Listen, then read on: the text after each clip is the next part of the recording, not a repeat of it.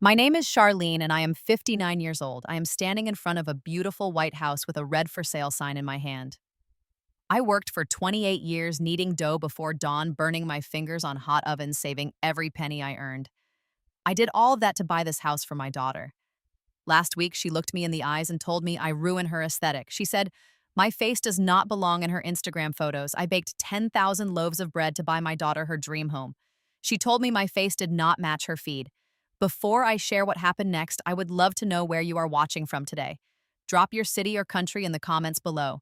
And if stories about mothers who refuse to be invisible speak to your heart, please tap that like button and hit subscribe.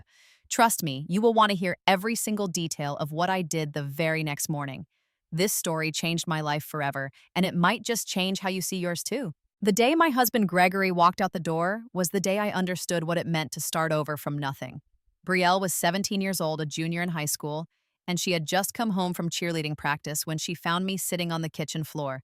Gregory had left a note on the counter, not even a conversation, just a piece of paper that said he had found someone who made him feel alive again. After 19 years of marriage, I was apparently making him feel dead. Brielle dropped her pom-poms and sat down next to me on that cold tile floor. She wrapped her arms around my shoulders and we cried together until there were no tears left. That night, she made me a promise. She said, "Mom, we are going to get through this together. You and me against the world." I believed her with every fiber of my being. That promise became the foundation of everything I did for the next 15 years. Gregory never sent a single dollar in support. He disappeared to Florida with his new girlfriend, and I never heard from him again. I was left with a daughter to raise, a mortgage to pay, and a small bakery that barely broke even. But I refused to let Brielle see me fall apart. I wiped my tears, tied my apron, and got back to work. My bakery was called Charlene's Corner, and it sat on the corner of Main Street in Ashford, Connecticut. It was a tiny place, barely 800 square feet, with a glass display case and 4 small tables by the window. I had opened it when Brielle was just a toddler using money I inherited from my grandmother. For 28 years, that bakery was my second home. Some days it felt like my only home. I woke up at 4 o'clock every morning. The alarm would ring in the darkness, and I would drag myself out of bed while the rest of the town was still sleeping. By 4:30, I was at the bakery turning on the ovens, measuring flour, kneading dough with hands that never seemed to stop aching. I made sourdough bread, cinnamon rolls, apple pies, wedding cakes, birthday cakes, and everything in between. I did it all myself because I could not afford to hire help. My hands told the story of those years. They were rough and calloused with short fingernails that were always stained with flour. I had burn scars on my forearms from reaching into hot ovens. My knuckles were swollen from years of kneading. But every scar, every callus, every aching joint was a testament to my love for my daughter. I was building her future one loaf of bread at a time. I never bought anything for myself. I wore the same 5 outfits on rotation for years. I drove a car with 200,000 miles on it until the engine finally gave out, and then I bought a used one that was almost as old. I never took a vacation. I never went to a spa. I never even got a professional haircut. I trimmed my own hair in the bathroom mirror because every dollar I saved was a dollar closer to Brielle's dreams. When Brielle showed an interest in art and design as a teenager, I encouraged her with everything I had. She would spend hours drawing floor plans and decorating imaginary rooms, and I told her she had a gift. When it came time for college, she wanted to study interior design at a prestigious school in New York City. The tuition was more than I made in 3 years, but I told her we would make it work. I took out loans.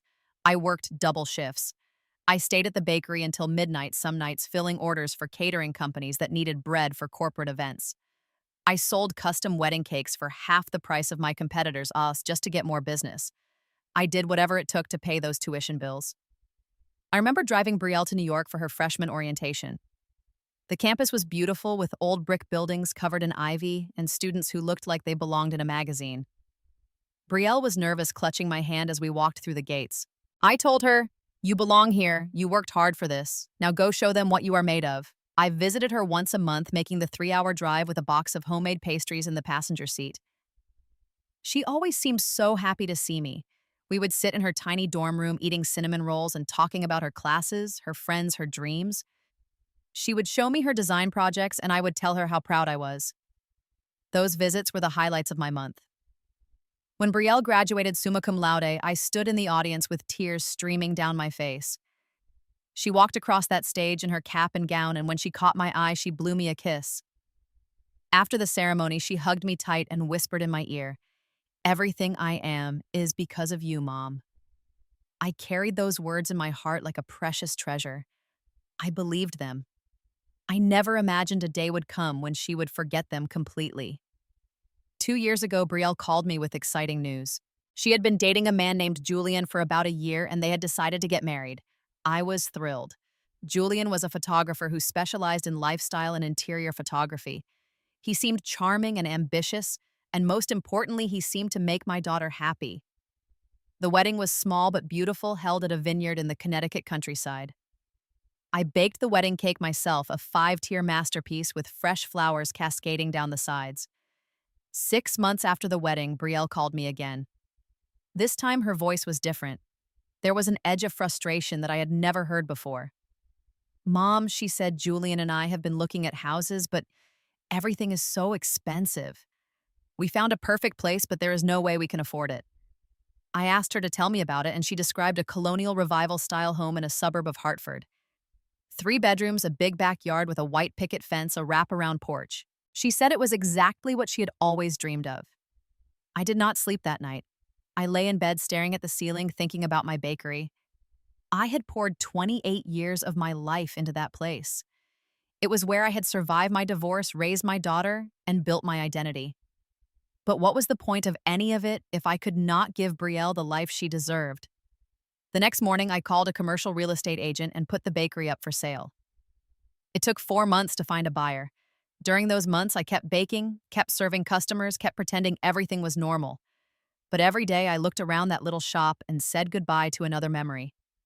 The corner where Brielle used to do her homework after school. The back room where I taught her to make her first pie. The front counter where she worked during summer breaks. The day the sale closed, I stood alone in the empty bakery after the new owners left. The display case was bare, the ovens were cold, and the silence was deafening. I placed my hand on the flour-dusted counter one last time and whispered, "Thank you for everything." Then I walked out the door and did not look back. The sale brought in $380,000. Combined with my savings, I had just enough to buy the house Brielle wanted. It was listed at $520,000, and I paid cash. I wanted to give my daughter a fresh start without the burden of a mortgage. I will never forget the day I gave Brielle the keys. I wrapped them in a small velvet box with a pink ribbon. We were sitting in her apartment, and I handed her the box with trembling hands. She opened it confused at first, and then I told her what it was. "Brielle, I bought you the house. It is yours." She screamed so loud the neighbors probably heard. She jumped up and down, tears streaming down her face, and threw her arms around me. "Mom, this is the best gift anyone has ever given me," she cried.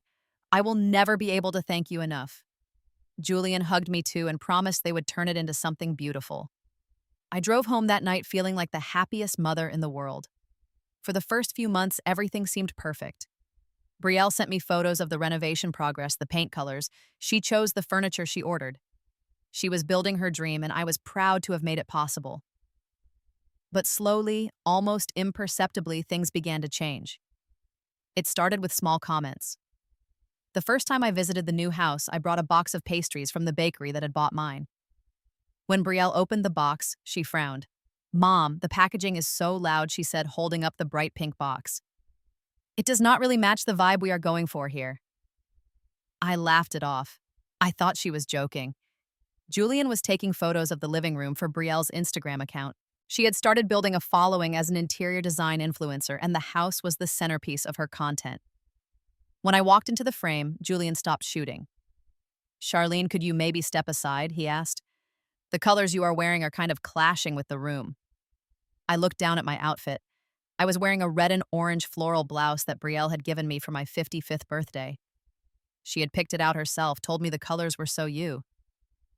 Now she was nodding in agreement with Julian, looking at me apologetically. "He is right, Mom. Maybe just stay over there while we finish shooting." I moved to the corner and watched them work. Brielle posed in front of the fireplace wearing a cream-colored linen dress that matched the walls perfectly. She smiled at the camera like a model adjusting the angle of her chin, repositioning a throw pillow. She looked beautiful. She also looked like a stranger.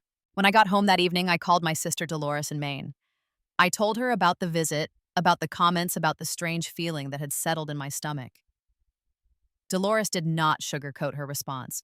She is becoming one of those people, she said, the kind who care more about how things look than how things feel. I defended Brielle immediately. She is just passionate about her work, I said. Being an influencer is how she makes money now. She has to maintain a certain image. There was a long pause on the other end of the line. Dolores sighed. Money from pretending to be perfect is not real money, Charlene, and perfect people do not have messy mothers. Be careful. I dismissed her warning as sibling cynicism. Dolores had always been the skeptical one in the family. Brielle was my daughter. She would never treat me as anything less than the mother who had given her everything. The first real rejection came on my 59th birthday. I had been looking forward to it for weeks, imagining a quiet dinner with Brielle and Julian. Maybe we would order takeout and watch a movie together like we used to do when she was young.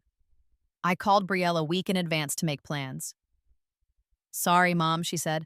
I have a brand collaboration that day. It is a really big deal. We are filming content all afternoon. Maybe we can celebrate next week. Next week came and went. So did the week after that. My birthday passed with no visit, no dinner, no celebration. I sat alone in my apartment that evening, eating a slice of grocery store cake with a single candle stuck in the top. My friend Patty stopped by with a bottle of wine and found me crying at the kitchen table. That girl has forgotten where she came from, Patty said, her voice sharp with anger. Patty had known Brielle since she was a baby. She had watched me sacrifice everything for that child. Seeing me alone on my birthday made her furious. She is busy building her future, I replied, wiping my eyes. I said those words so often they had become automatic. A reflex. An excuse. When Thanksgiving arrived, I assumed Brielle would want to spend it together. It was our favorite holiday, the one we had celebrated, just the two of us, ever since Gregory left. I used to wake up early and start cooking at dawn. Turkey mashed potatoes, green bean casserole, pumpkin pie. Brielle would help me in the kitchen, stealing bites of stuffing while I pretended not to notice. This year, Brielle called me a week before the holiday with news that made my heart sink. Mom Julian and I are hosting a gathering for some influencer friends. It is going to be filmed for content. I waited for her to invite me. The silence stretched on. So I cannot come, I finally asked. She hesitated. It is just that the vibe we are going for is very specific. Young, modern aesthetic. You understand, right? I did not understand. But I said I did because that was what I always did. I said, of course, sweetheart, have fun. Then I hung up the phone and stared at the wall for a long time. I spent Thanksgiving at Patty's house with her family. They welcomed me, warmly made space for me at their table, and pretended not to notice when I excused myself to the bathroom to cry. That night, after I got home, I made the mistake of checking Brielle's Instagram. The photos were stunning. A long table draped in white linen dotted with candles and autumn leaves. Crystal glasses catching the light. Beautiful young people laughing, raising toasts, looking like an advertisement for the perfect life. And in the background of every shot, the walls I had paid for, the floors I had financed, the roof I had put over my daughter's head. Everything was there except me. A few weeks later, I drove to Brielle's house unannounced. I had heard she was sick with a cold and I wanted to bring her some homemade chicken soup. It was what I had always done when she was little. A pot of soup and a mother's love could cure anything. Julian answered the door. His expression was not welcoming. Brielle is resting, he said. She cannot see anyone right now. I peered past him into the living room. I could see Brielle on the sofa, wrapped in a cashmere blanket, holding a cup of tea. But she did not look sick. She looked like she was posing. Julian had his professional camera set up on a tripod nearby. Brielle saw me and her eyes widened. Mom, why did you not call first? I held up the pot of soup. I just wanted to make sure you were okay. She got up from the sofa and walked toward me, her face tight with irritation. Mom, you cannot just show up like this. It disrupts our workflow. We were shooting sick day content. Sick day content. She was not actually sick. She was pretending to be sick for Instagram. I drove home with the soup untouched in the passenger seat. It grew cold during the drive, just like something inside my chest. The final blow before the worst came from Patty. She called me one afternoon, her voice trembling with rage. Charlene, she said, you need to see what your daughter posted. I opened Instagram and found Brielle's latest story. A follower had asked her about her family. Her response made my blood run cold. My mom is from a different era, she had written. Very different aesthetic. Another comment asked why her mother never appeared in her photos. Brielle's reply was casual, almost dismissive. Some people just do not photograph well in certain settings. I read those words over and over. I stared at them until my vision blurred. Then I put down my phone and looked at my hands. The hands that had kneaded dough for 28 years. The hands that had baked her birthday cakes, wiped her tears, worked themselves raw so she could have everything. Those hands were apparently too ugly for her world. The eviction notice arrived on a Tuesday. My landlord had decided to sell the apartment building and all tenants had 60 days to vacate. I was not particularly upset at first. I had been thinking about finding a new place anyway, somewhere smaller and cheaper. But when I started looking at rentals, reality hit me hard. The housing market had changed dramatically in the 2 years since I sold my bakery. Prices had skyrocketed. My savings were modest after buying Brielle's house. The apartments I could afford were in neighborhoods I did not feel safe in, or they were too small for even my basic furniture. I was facing the very real possibility of having nowhere to go. For the first time in my life, I considered asking my daughter for help. I called Brielle that evening, my pride swallowing itself with every ring. When she answered, I tried to keep my voice casual. I explained about the apartment sale, about the difficulty finding a new place, about my limited budget. Then I took a deep breath and asked the question that had been forming in my mind for days. I was wondering if maybe I could stay with you for a little while. Just until I find a new place. The silence that followed was longer than any silence I had ever experienced. I could hear Brielle breathing on the other end of the line. I could almost hear her thinking. Mom, she finally said, let me talk to Julian and call you back. She did not call back that night, or the next day. 3 days passed before she finally texted me. Can you come over Saturday afternoon? We need to talk. I spent those 3 days convincing myself everything would be fine. Brielle would never turn away her own mother. She was probably just working out the logistics, deciding which room to prepare for me. Maybe she was even planning a surprise welcome. I allowed myself to hope. Saturday arrived gray and overcast. I drove to Brielle's house with a nervous flutter in my stomach. When I pulled into the driveway, I noticed that every shrub was perfectly trimmed, every flower bed immaculately maintained. The house looked like a photograph. It did not look like a place where anyone actually lived. Brielle answered the door in a cream-colored linen outfit. Her hair was styled, her makeup was flawless, and her smile did not reach her eyes. Come in, Mom. Julian is in the living room. The living room had been redecorated since my last visit. Everything was white or beige or pale wood. There were no family photos anywhere, no evidence of history or memory, just carefully curated objects arranged for maximum visual appeal. Julian sat on the sofa, his legs crossed, his expression unreadable. Brielle sat beside him. I lowered myself into an armchair across from them, feeling like I was at a job interview rather than a family discussion. We have thought about it carefully, Charlene Julian began. His use of my first name felt strange. He had always called me Mom before.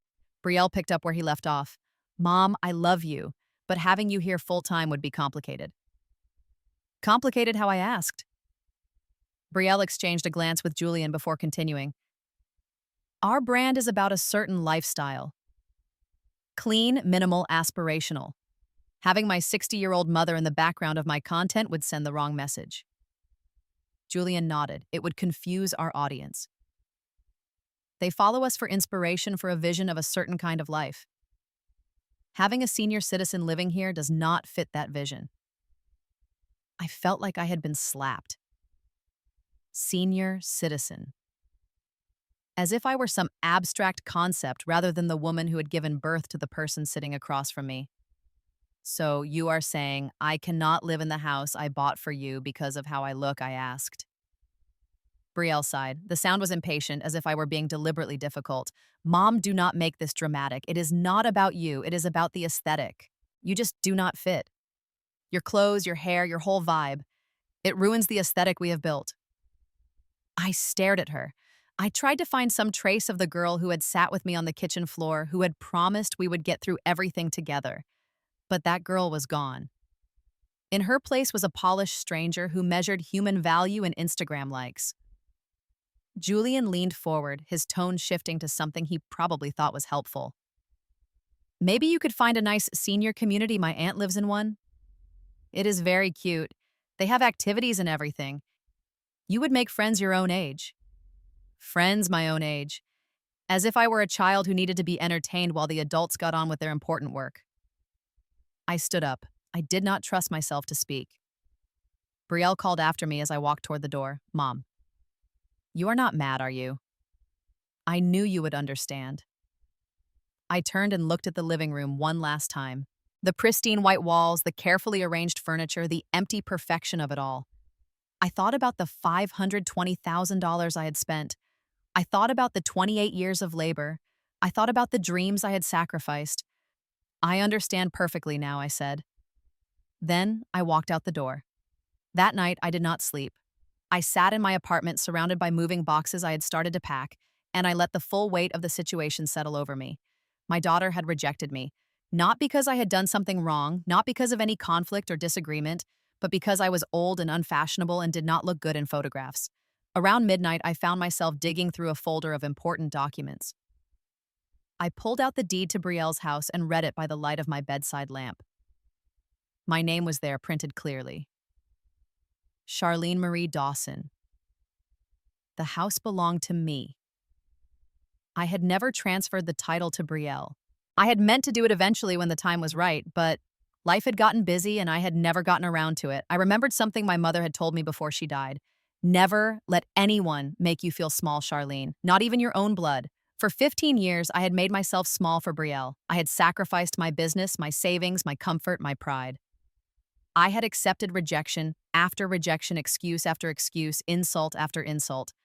I had told myself it was what a good mother does.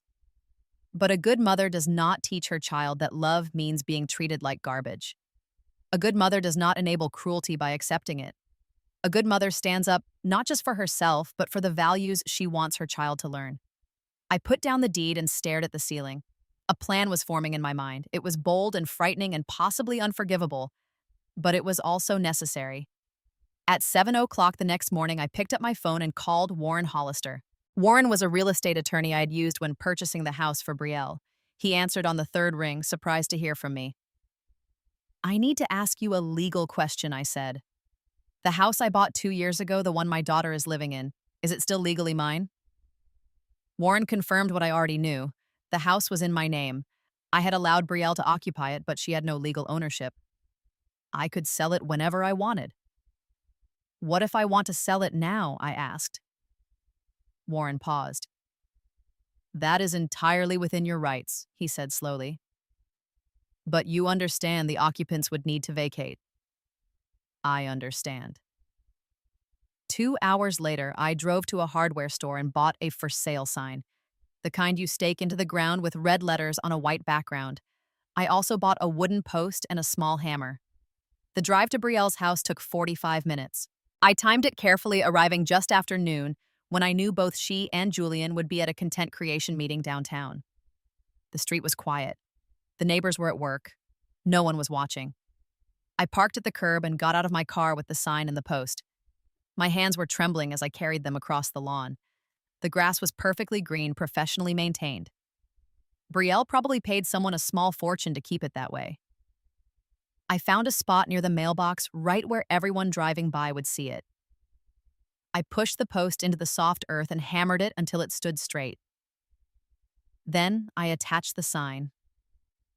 For sale. I stepped back and looked at my work. The red letters were garish against the pristine white exterior.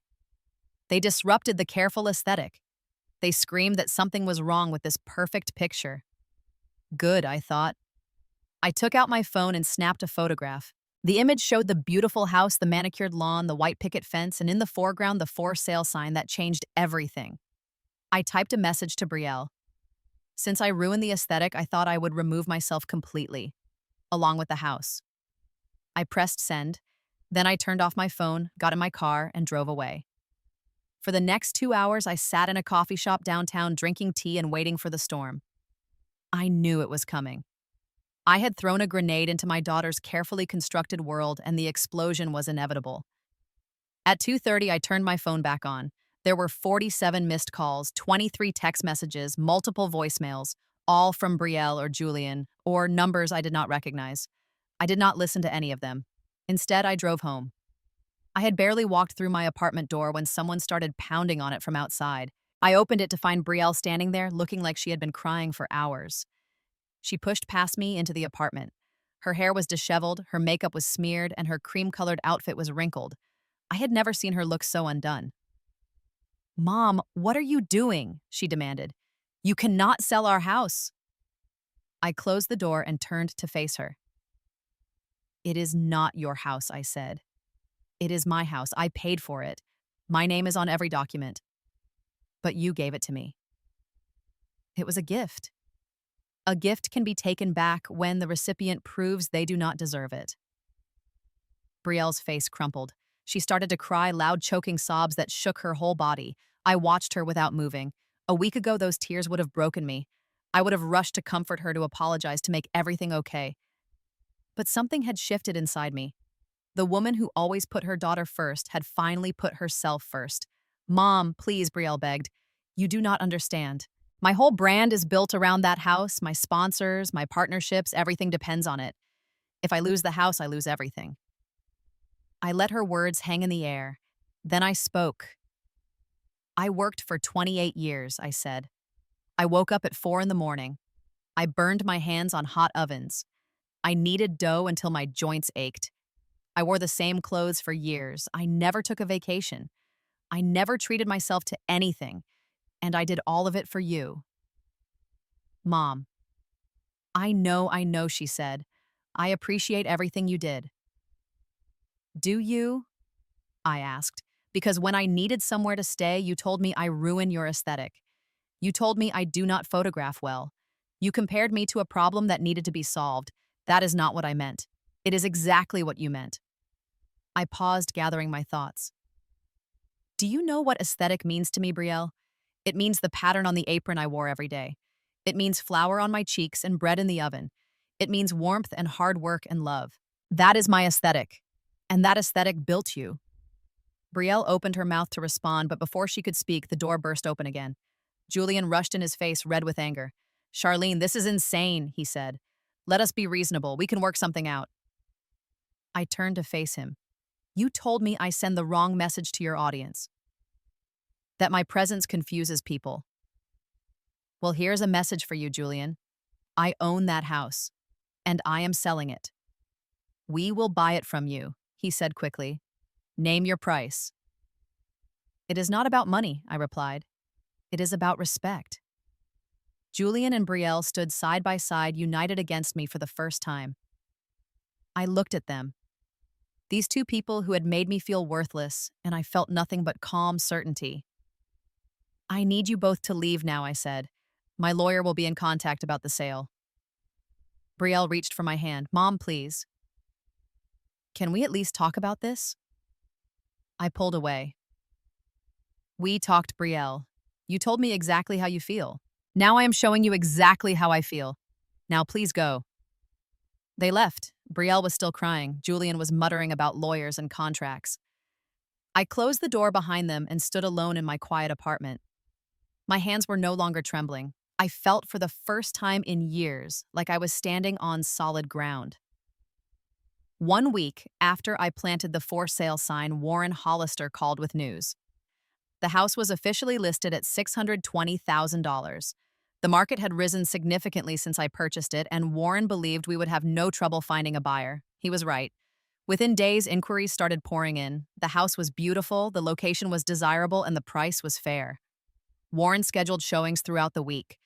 Each showing required Brielle and Julian to leave for several hours while strangers walked through their home opening closets, testing faucets, imagining their own lives within those walls. Patty kept me updated on the situation.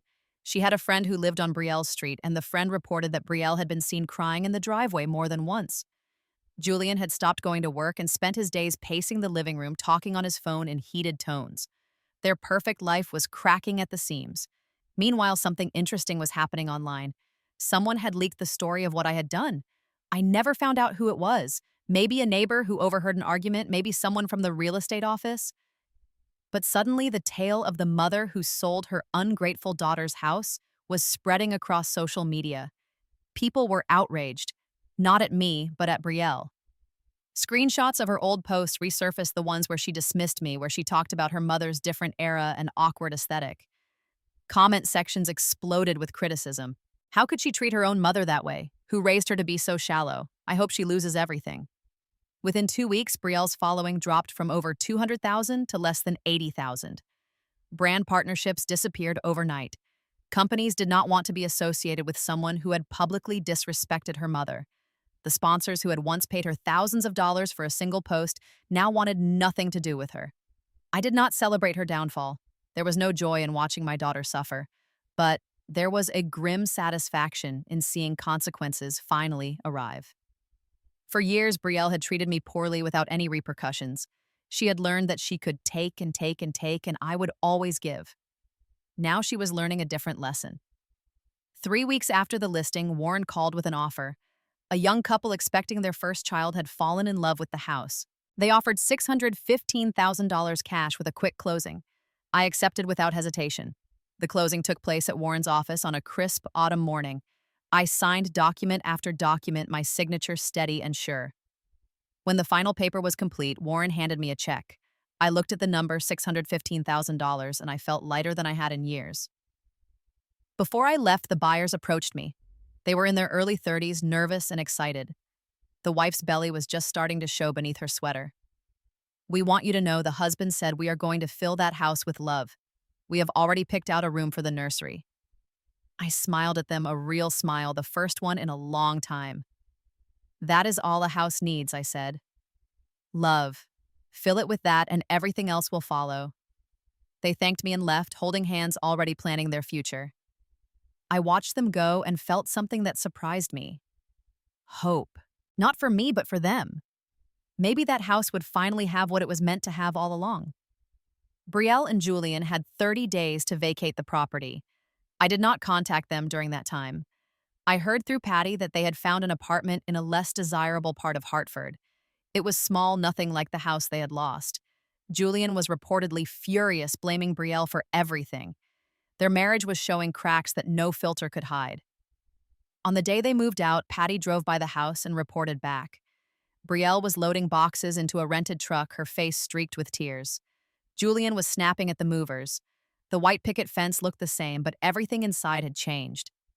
I used some of the money from the sale to buy myself a condominium.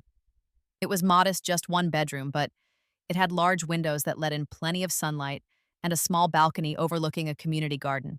For the first time in my life, I was living somewhere I had chosen purely for myself. Not for a husband, not for a daughter, just for me. With the remaining money, I set up investments that would provide a comfortable income for the rest of my days. I would never be wealthy, but I would never be desperate either. The financial security I had lost by buying Brielle's house had been restored with interest. I also started doing something I had never done before. I started saying yes to myself. Yes to a nice dinner at a restaurant. Yes to new clothes that fit well and felt good.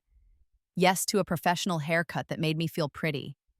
Yes to a weekend trip to visit Dolores in Maine, my first vacation in over a decade.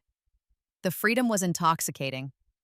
I had spent so many years denying myself, sacrificing my own needs for others, that I had forgotten what it felt like to simply live. Now I was remembering, and it was wonderful. 6 months passed. I settled into my new life with a contentment I had not known was possible. I started volunteering at a local community center, teaching baking classes to children on Saturday mornings. The kids reminded me of why I had fallen in love with baking in the first place.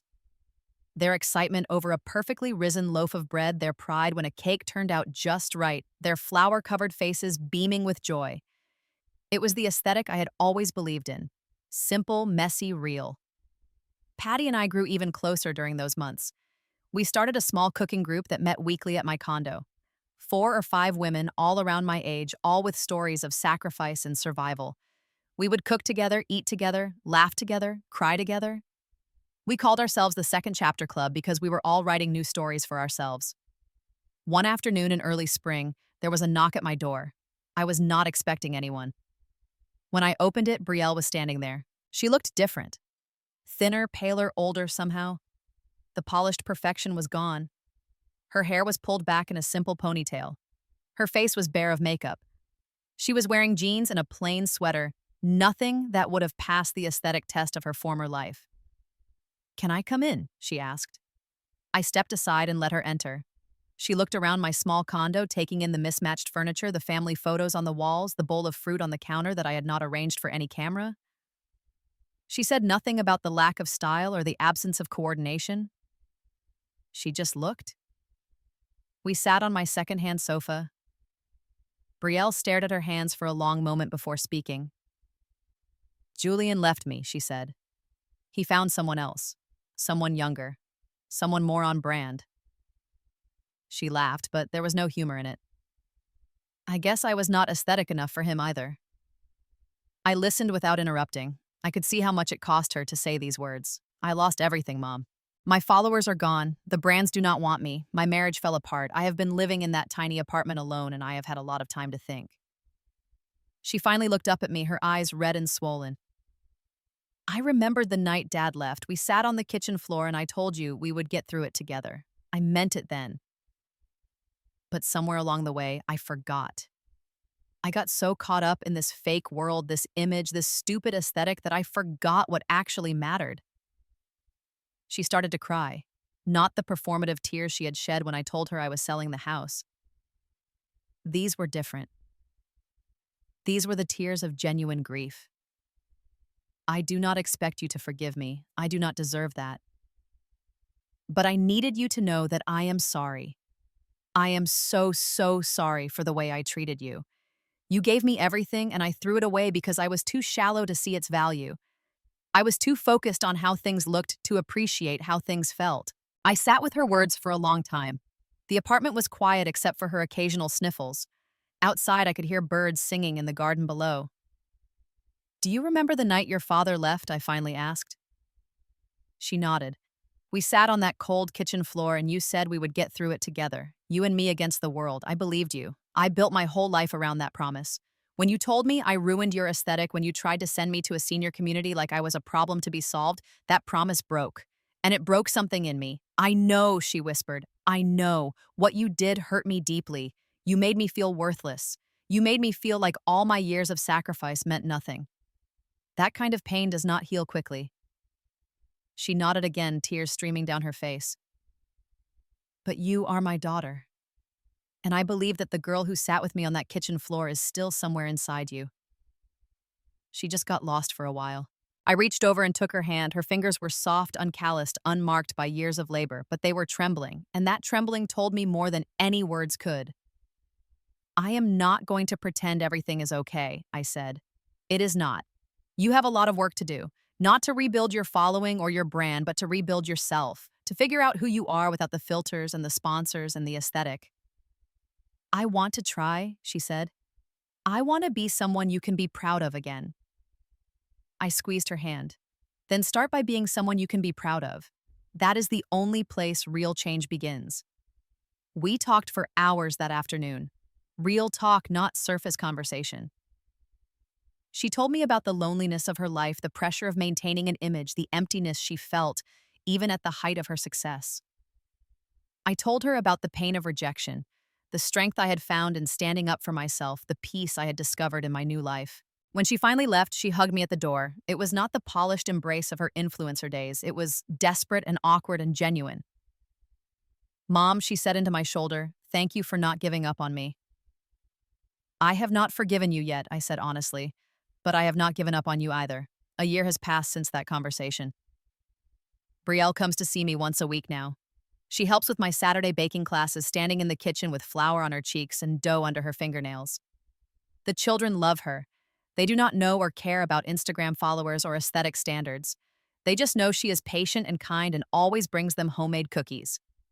She has gotten a regular job working as a junior designer at a small architecture firm. The pay is modest, the work is unglamorous, and there are no cameras documenting her every move. She told me recently that she has never been happier. Julian sent her divorce papers from California, where he is now living with his new girlfriend, a 25-year-old fitness influencer. Brielle signed them without protest. She told me that marriage had been built on foundations as shallow as their content. It was never going to last. We are not fully healed. I do not know if we ever will be. Some wounds leave permanent scars, but we are building something new, something better. A relationship based on honesty instead of performance, on respect instead of aesthetics. I am sitting on my balcony now watching the sunset paint the sky in shades of orange and pink and gold. My tea has gone cold in my hands, but I do not mind. I am thinking about everything that has happened, everything that has changed, everything I have learned. I spent my whole life building things for other people. A bakery to support my family, a future for my daughter, a house for her dreams. But the most important thing I ever built was the courage to say those three simple words. I matter too. If you are watching this and something in my story resonates with you, I want you to hear this. Your worth is not measured by how you fit into someone else's picture. Your worth is not determined by whether you match their aesthetic or their expectations or their Instagram feed. Your worth is written in every wrinkle, every scar, every hour of love you have given. Never let anyone edit that out. If someone tells you that you ruined their picture, maybe you are in the wrong picture. Maybe you need to step out of their frame and find the people who see you as the whole frame. The people who love the flower on your cheeks and the calluses on your hands and the gray in your hair. The people who understand that real beauty is not about filters. Brielle is coming over tomorrow. We are going to bake bread together the old-fashioned way with our hands and our time and our love. The house she lost is now filled with a young family, a baby's laughter echoing through the rooms. The aesthetic she worshipped has crumbled into irrelevance. But here in my small kitchen with my daughter by my side, something much more valuable is rising. I want to ask you a question. Have you ever felt invisible in your own family? Have you ever been made to feel like you do not belong, like you are too old, too simple, too real for someone else's polished world? If you have, I hope my story gives you the courage to stand up. Please leave a comment below and share your experience. I would love to hear from you because stories like ours need to be told. They need to remind people that mothers are not decorations to be hidden when company comes over. We are the foundation everything else is built on.